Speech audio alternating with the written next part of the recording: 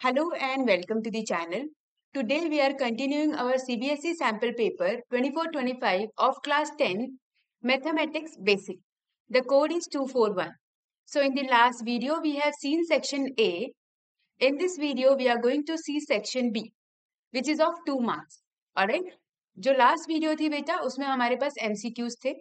अब हमारे पास subjective type questions. ठीक है? 2 marks के according. So if you haven't watched section A, the link is there in the description box. Go check it out once. बहुत simple से बहुत ही simple paper दे रखा है, सैम्पल पेपर है. ठीक है, मैंने बहुत डिटेल में सोल्यूशन बताया हुआ है. एक बारी उसको देख लो और फिर इसके सेक्शन बी को देखो. Okay, chalo, let's get started with the first question of section B, which is question number 21. Now see, Pxy is a point equidistant from the points A 4,3 and B 3,4. हमें एक point दिया है P, ठीक है, और यहां से हमें बोला है बेटा कि इक्विडिस्टेंस कहीं पर है, एक पॉइंट है यहाँ पे A मान लो 4,3 और कहीं और दूसरी जगह पॉइंट ले लो ये B. हमें तो नहीं बोला स्ट्रेट लाइन है ना, तो हम स्ट्रेट क्यों बनाएंगे. ये बोला है इक्विडिस्टेंस है, मतलब AP is equals to PP है. ठीक है, चलो बढ़िया. तो हमें निकालना proof that x minus Y is equals to 0. इसको कंसिडर कर लो x1 y1, इसको कंसिडर कर लो x2 y2, इसको कंसिडर कर लो x3 y3. अब देखो हमारे पास डिस्टेंस फॉर्मूला क्या होता है AP के लिए. अगर मैं करूँ तो AP में x2 माइनस x1 का square plus y2 minus y1 का स्क्वायर है ना. AP इधर ही होगा. अच्छा, BP के लिए क्या होगा, under root of x3 minus x2, x3 minus x2 का स्क्वायर. अब तुम ये मत बोला कि बुक में तो 3 तो था ही नहीं, सिर्फ 1 2 था, तो उससे फर्क नहीं पड़ता है बेटा. ठीक है, मतलब और मैंने ये x1 y1 लिया, तुम इसको x2 y2 ले लो, कोई फर्क नहीं पड़ेगा किसी चीज से. ठीक, बस ये समझना कि AP का डिस्टेंस हमें निकालना और BP का डिस्टेंस हमें निकालना. अब वैल्यू पुट करो और स्क्वायरिंग बोथ साइड भी कर लो. तो स्क्वायरिंग बोथ साइड अगर मैं करूंगी तो रूट हट जाएगा, है ना.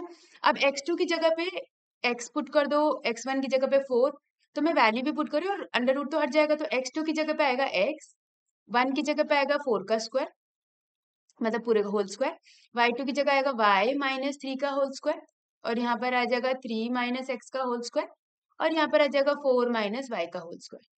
अब ये स्क्वायर मत कर देना एक साथ.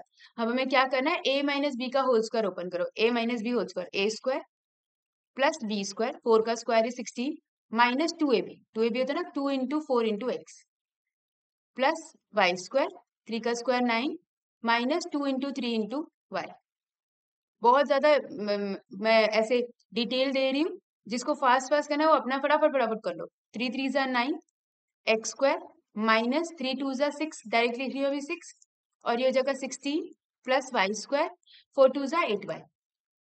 अब देखो एक्स स्क्वायर और एक्स स्क्वायर तो कैंसिल, यहाँ से एक्स स्क्वायर गया, पॉजिटिव पॉजिटिव है, ऑपोजिट साइड में तो कैंसिल, वाई स्क्वायर से वाई स्क्वायर गया, और कुछ जा रहा है प्लस 9 से प्लस 9 गया, 16 भी जा रहा है, वाओ 16 से 16 गया.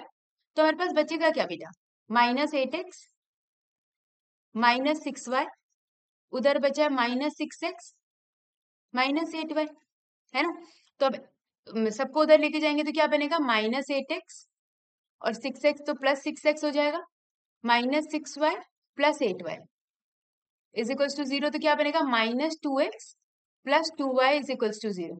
अब बेटा अगर मैं माइनस 2 कॉमन ले लूं तो ये बनेगा x माइनस वाई. मैंने माइनस कॉमन लिया तो यहाँ प्लस था तो साइन चेंज हो जाएगा. ऐसा क्यों किया, क्योंकि देखो ऊपर में x माइनस वाई है, माइनस 2 उधर डिवाइड में लेके जाएंगे तो x minus Y is equals to 0. Hence proof हो गया, प्रूफ है ना. चलो moving on to the next one. अब देखो ये बी पार्ट है, बी पार्ट का मतलब है या तो वो क्वेश्चन करना होता है एग्जाम में या तो ये. ठीक है, चलो मैं दोनों करके बता रही हूँ. तो देखो हमें बोला है in the given figure A B C, ये हमारे पास इक्विलैटरल ट्रायंगल. इक्विलैटरल का मतलब होता है when all sides are equal. इसका मतलब A B should be equals to B C should be equals to A C. ठीक है, अब हमें बोला vertex A is 0,3, B is 0,-3. ठीक, अब एक चीज बताओ बेटा, अगर ये 0,3 और 0,-3 है, इसका मतलब यहाँ पर क्या पॉइंट होगा 3 y का, और यहाँ पर क्या पॉइंट होगा -3. तो ये टोटल कितना डिस्टेंस आएगा, डिस्टेंस देखो ओरिजिन से ऊपर 3 है, ओरिजिन से नीचे 3 है, नीचे 3 है, मतलब माइनस तो मतलब नीचे 3, तो टोटल डिस्टेंस कितना हो जाता है हमारा, ऐड ही तो होता है, डिस्टेंस तो ऐड होगा ना. मतलब ऐसे समझो कि मैं इस पॉइंट पे हूँ, अभी ओरिजिन को छोड़ दो, मैं 3 सेंटीमीटर यहाँ हूँ और 3 सेंटीमीटर मतलब मैं इस पॉइंट से यहाँ 3 सेंटीमीटर वो हो रहा है, और यहाँ मेरा कोई फ्रेंड है वो 3 सेंटीमीटर यहाँ पर है, ठीक है। तो हम दोनों के बीच में कितने का डिस्टेंस हो गया बेटा? 6 का डिस्टेंस, तो 6 का हो गया, है ना। तो सेम यहाँ से ए से लेकर बी का डिस्टेंस कितना हो गया बेटा? ए बी कितना हो जाएगा? 6 यूनिट्स, सेंटीमीटर हो, मीटर हो, किलोमीटर हो, कुछ भी हो, है ना। यहाँ तक समझ में आ गया। और अगर ए भी 6 यूनिट्स हो गया तो सारे 6 यूनिट्स हो गए, ठीक है। इसका मतलब ये सब के सब क्या हो गए? 6 यूनिट्स हो गए। ये भी 6 है, ये भी 6 है, ये पूरा 6 है। अब एक चीज और समझो, अब सिर्फ इतने ट्राइंगल को देखो, सिर्फ इतने ट्राइंगल को देखो। अब ए, अच्छा ये बी का आधा है तो ओ, और ये हो जाएगा सी। यहां तक तो हमने कहा था ये 3 है ना, और ये राइट एंगल ट्राइंगल, और ये 6 निकाल दिया हमने अभी। तो according to Pythagoras theorem O C हो जाएगा बेटा? क्या हो जाएगा according to Pythagoras theorem? According to Pythagoras theorem क्या बन जाएगा बेटा? O A square plus O C square is equal to A C square, है ना। O A square is 3 square plus O C square is equal to 6 square. मतलब O सी की वैल्यू कितनी हो जाएगी? अंडर रूट ऑफ 6 का स्क्वायर इज 36, 3 का स्क्वायर इज 9, 36 माइनस 9 कितना हो जाएगा हमारे पास? ये हो जाएगा हमारे पास 7, 27 आई गेस, है ना। और 27 होता है रूट थ्री। कैसे? 27 को क्या लिख सकते हैं? 3 9 जा 27, 3 देखो कितने का पेयर बन रहा है? सिर्फ 2 का पेयर बन रहा है, तो मैं इसको क्या लिख सकती हूँ? 3√3 यूनिट्स। तो बेटा ये कितना आ जाएगा? 3√3 यूनिट्स। अब एक चीज देखो, अब ग्राफ में फिर से आओ, जो हमें गिवन है यहाँ पे फिर से आओ, मैं ये सब हटा रही हूँ। हमें बोला है 3√3 कहाँ से कहाँ तक आया है बेटा हमारा? ओ से लेकर सी का डिस्टेंस, है ना। यहां से लेकर यहां तक का डिस्टेंस कितना है? 3√3। तो एक्स एक्सिस भी कैसे लेते हैं? सी कौन से उसमें? सी कहाँ पर है? एक्स एक्सिस में। तो एक्स एक्सिस के कोऑर्डिनेट क्या होंगे? x, 0। और एक्स कितना आया मेरा? डिस्टेंस कितना आया ओ सी? 3√3।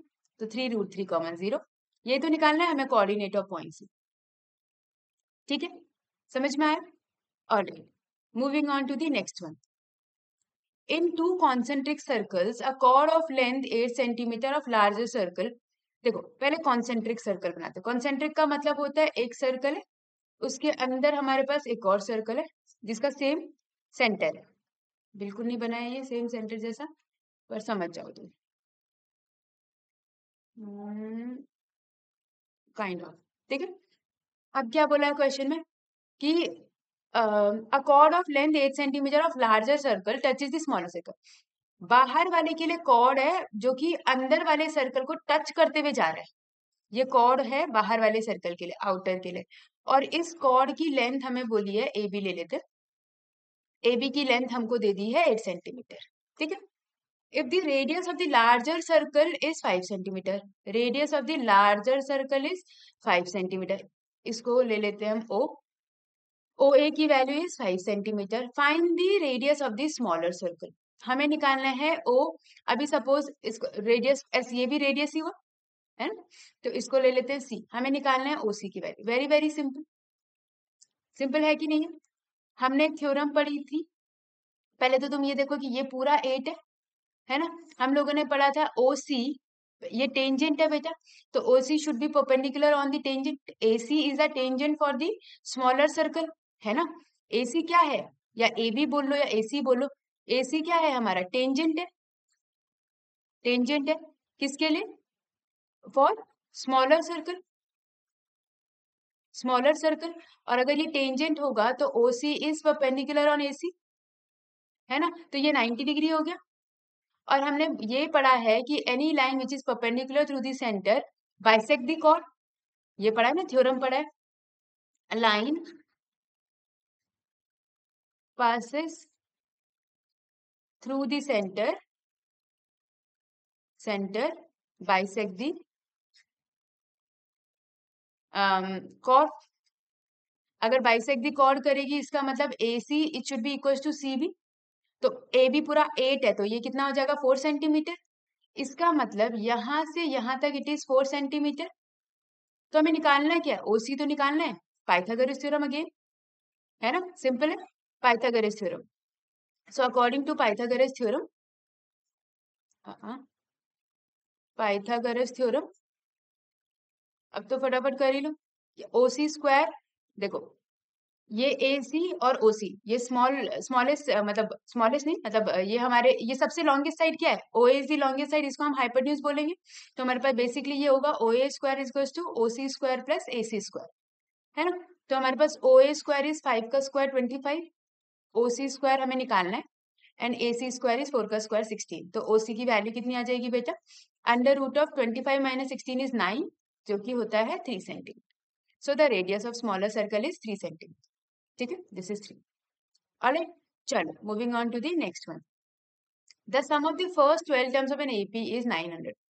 सम of the 12 terms, if sum of 12 terms ऐसे लिखते हैं, if its first term is 20, first term is 20, जो बोला है वैसे वैसे लिखते रहो।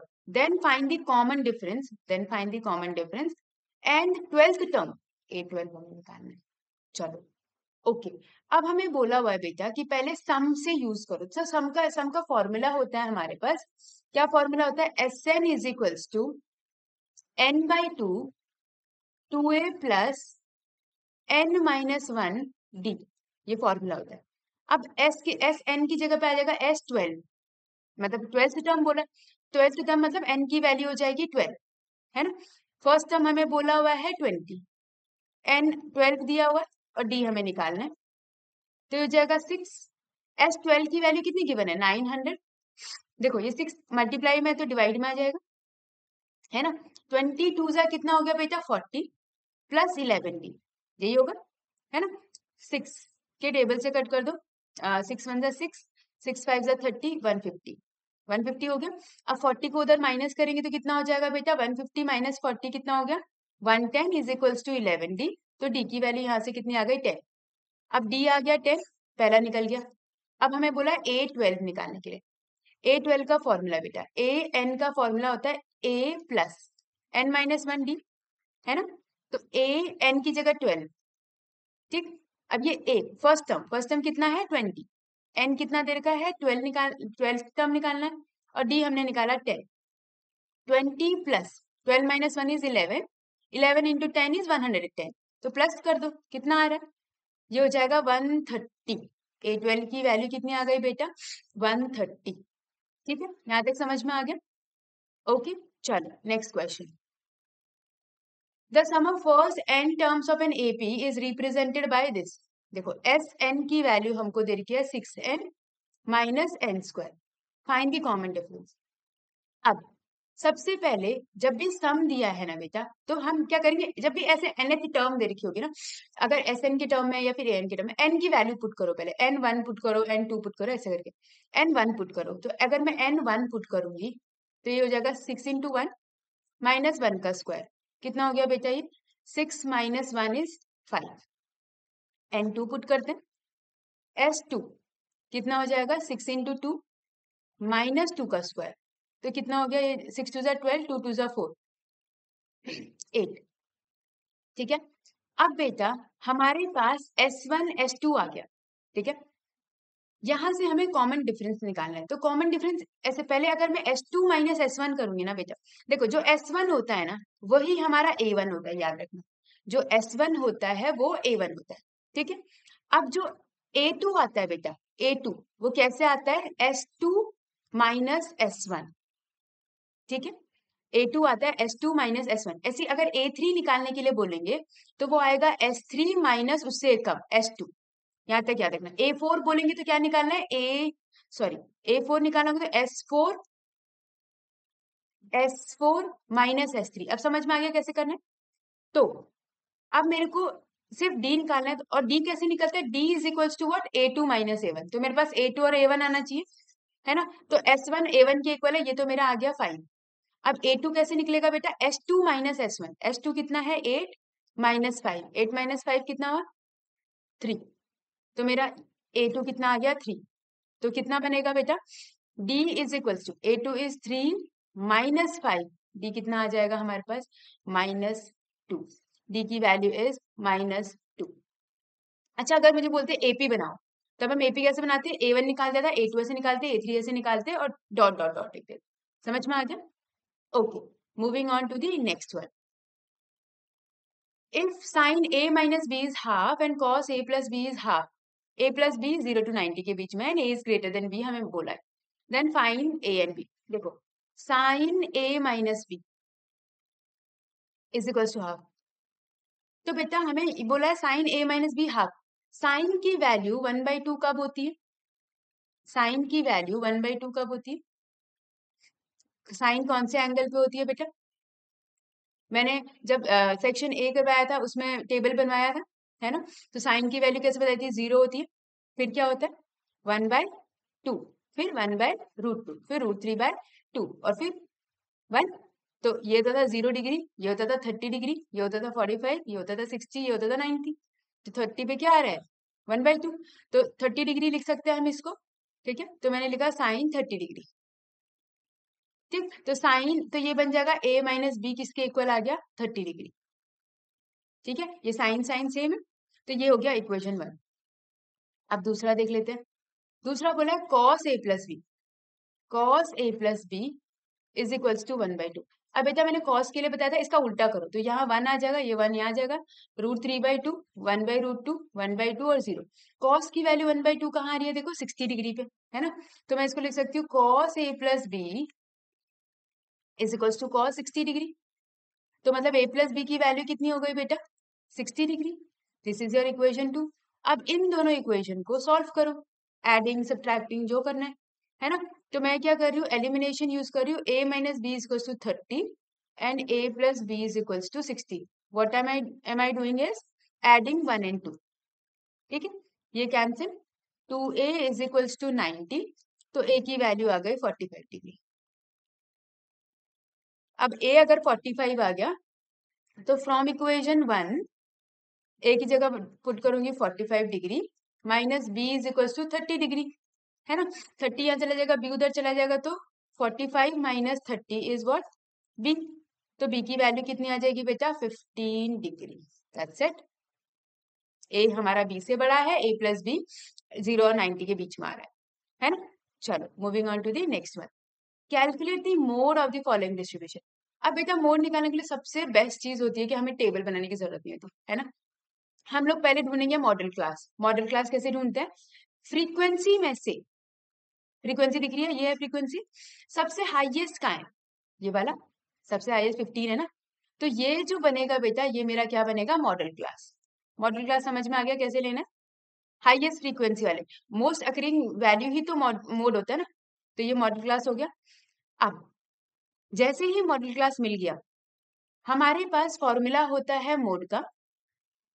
क्या होता है बेटा? L plus F1 minus F0 upon twice of F1 minus F0 minus F2 into H. अब ये सारी चीजें क्या होती है? जो मॉडल क्लास की फ्रीक्वेंसी है बेटा, उसको हम बोलते हैं F1. F0 होती है उससे पहले वाली की फ्रीक्वेंसी, F0 होती है उससे पहले वाले की फ्रीक्वेंसी, और F2 होती है उसके बाद वाले की फ्रीक्वेंसी. ये तो बहुत ही क्लियर हो गया हमें, है ना? F1 उसकी, F0 उससे पहले, 0 1 से पहले आता है तो उससे पहले, 2 बाद में आता है तो उसके बाद की. यहाँ तक क्लियर. अब चाहिए L. L होता है बेटा जो मॉडल क्लास आया ना उसका लोअर लिमिट, तो ये भी क्लियर हो गया, लोअर लिमिट. ठीक है. H होता है बेटा इनका डिफरेंस. सबका डिफरेंस सेम ही होता है. देखो कितने कितने का डिफरेंस आ रहा है इनका. 5 और 10 के बीच में डिफरेंस कितना है? 5. 10 और 15 के बीच में डिफरेंस कितना है? 5. है ना? तो क्लास जो साइज है हमारा, class size is your H, तो 5. बस पुट कर दो वैल्यू. L आएगा लोअर लिमिट 15, F1 की जगह पे आ जाएगा 15, F0 की जगह पे आएगा 6, 2 इंटू 15, 2 इंटू F1 है ना, माइनस 6 माइनस 10. ओके, और ये इंटू 5. अब बेटा पहले नीचे वाले में मल्टीप्लाई करना होता है फिर सॉल्व करेंगे. पहले ये मल्टीप्लाई करना होता है फिर माइनस करेंगे. तो ये पहले एज इट इज, पहले ये ब्रैकेट पूरा सॉल्व करेंगे. तो 15 माइनस 6 हो गया 9 अपॉन 15 2 30 माइनस 16, ठीक है, इंटू 5. तो ये कितना बन जाएगा बेटा? 15 प्लस 9 अपॉन ये हो जाएगा 4, 14 इंटू 5. आई गेस यही होगा. तो ये बनेगा 15, 9 5 45 डिवाइडेड बाय 40, ये बनेगा हमारे पास मोड। ठीक है, अब अप्रॉक्स हम लोग इसको सॉल्व कर लेते हैं। तो ये कितना बन जाएगा, मोड इज इक्वल्स टू, अच्छा इसको अगर मैं सॉल्व करूंगी तो ये हो जाएगा कितना, 14, 14 3 हो जाएगा हमारे पास 42, तो 42, तो ये बनेगा, ऐसे कर देती हूँ, 14 3 42, 30 14 2 28, 2.1, ऐसे मान के चलो 15, 18.21 अप्रॉक्स, दैट्स इट, 18.21 की अप्रॉक्स वैल्यू आई। ठीक है, यहाँ तक clear? Alright, so that's it from my side. Section B हमारा कंप्लीट हो गया। देयर वर ओनली 5 क्वेश्चंस, जिसमें और पार्ट भी होते हैं, 2 हमारे पास ऑप्शंस होते हैं। ठीक है, एग्जाम में whenever you will do, whenever you will solve question, you need to make sure that बेटा जब भी ऑप्शंस होते हैं ना क्वेश्चन में से, तो एक ही क्वेश्चन अटेम्प्ट करना होता है। अगर तुम्हें ऐसा हो रहा है कि एक क्वेश्चन आधा आधा था, दूसरा भी आधा आधा था, तो इसका मतलब ये नहीं कि तुम दोनों अटेम्प्ट करके आ जाओ।